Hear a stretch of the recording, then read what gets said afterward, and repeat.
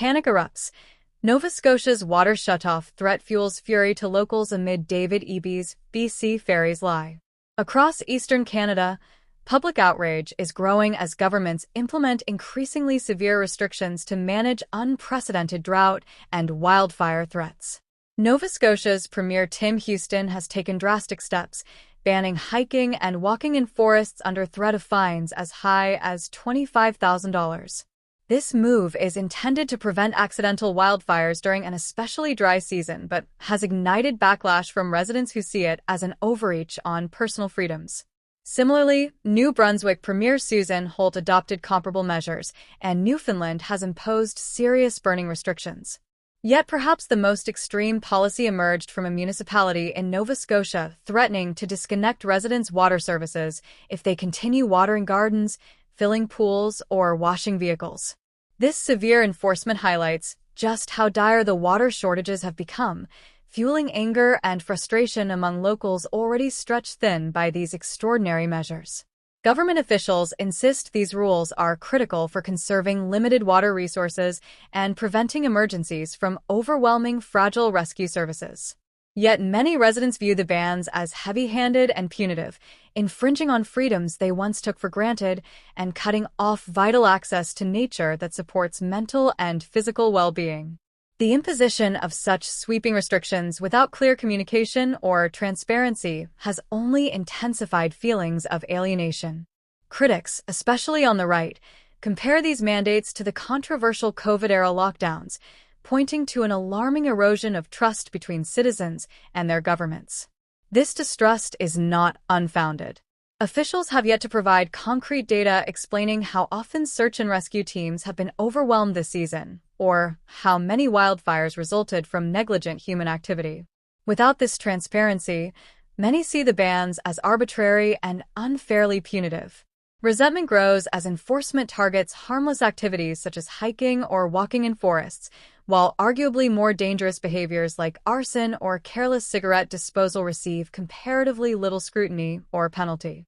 Indeed, governments have focused their wildfire response on hiring additional firefighters and enforcing strict bans, but have largely neglected proactive forest management strategies. Techniques such as controlled burns, clearing of forest underbrush, and sustainable forest floor maintenance, recognized by experts as crucial to reducing fire risk, have seen insufficient implementation. This reactive approach shifts the burden onto the public instead of addressing the underlying environmental vulnerabilities that exacerbate wildfire dangers. Public frustration boiled over when a Canadian senator openly admitted to witnessing a friend carelessly disposing of a cigarette butt near a fire pit, potentially sparking a blaze. Despite the acknowledged risk, no fines or penalties followed. This glaring double standard, where innocent hikers face thousands in fines but careless actions that have led to real fires go unpunished, undermines the perceived fairness and integrity of enforcement, further eroding public confidence. Historically, Canada's reputation as a high-trust society allowed for cooperative approaches to crisis management, where citizens largely followed government advice out of mutual respect and shared responsibility. However, that trust is rapidly diminishing. Heavy-handed policies, without clear explanation, feed a growing sense of exclusion and mistrust. Citizens feel they are treated as subjects to be controlled rather than partners in safety, fueling resistance and noncompliance. Meanwhile, British Columbia is grappling with its own crisis of trust, revealed in the controversial awarding of a multi-billion-dollar BC Ferries shipbuilding contract to Chinese shipyards. The provincial government claimed Canadian shipyards showed no interest in bidding, but two prominent Canadian companies have since contradicted this, stating they were excluded by procurement rules favoring the lowest bid. This revelation has sparked fierce criticism, as many argue that such a crucial, publicly funded infrastructure project should prioritize Canadian jobs, industry expertise, and long-term quality, even if it comes at a higher cost. The BC Ferries contract dispute reflects a broader economic challenge facing Canada's manufacturing sector. Domestic companies confront rising costs from carbon taxes and regulatory burdens, while international competitors, especially in China, benefit from state subsidies that allow them to undercut prices significantly. The result is a mounting loss of manufacturing capacity and economic sovereignty, raising urgent questions about Canada's industrial future. Political analysts and industry insiders are demanding greater transparency and accountability in government procurement. They emphasize that public contracts, particularly those tied to national infrastructure, should weigh factors beyond price, such as durability, reliability, and domestic economic benefits. Critics warn that a lowest bid wins mindset may yield short-term savings, but ultimately weakens the country's manufacturing base and resilience. Both the wildfire restrictions in eastern Canada and the BC Ferries shipbuilding controversy illustrate a troubling pattern. Governments favoring short-term, reactive fixes instead of strategic, long-term planning.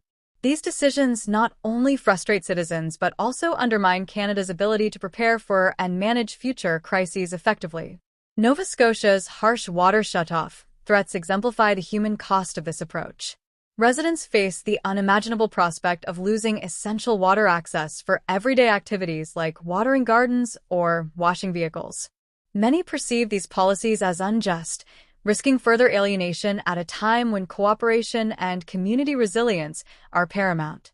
Similarly, the broad bans on forest access raise profound questions about the scope and limits of government authority. Criminalizing innocent activities such as hiking or walking in forests with no actual ignition source feels excessive to many, setting a dangerous precedent for overreach and curtailment of freedoms. At its core, these unfolding crises emphasize the urgent need to humanize governance in Canada. Citizens seek transparency, empathy, and respect, wanting to be treated as informed adults who can contribute to solutions rather than passive recipients of edicts. Leaders like Tim Houston in Nova Scotia and Susan Holt in New Brunswick are caught in difficult positions, tasked with safeguarding public safety amid worsening environmental conditions and dwindling resources. Meanwhile, controversies like BC Ferries procurement decisions highlight the consequences of sidelining domestic economic interests for short-term fiscal convenience. As Canada navigates the complex intersection of environmental emergencies, economic pressures, and political trust in 2025, the path forward demands openness, long-range planning, and honest dialogue. Only by genuinely humanizing policymaking can governments restore public confidence, protect individual freedoms, and build a more resilient economy that supports Canadian communities in the long term.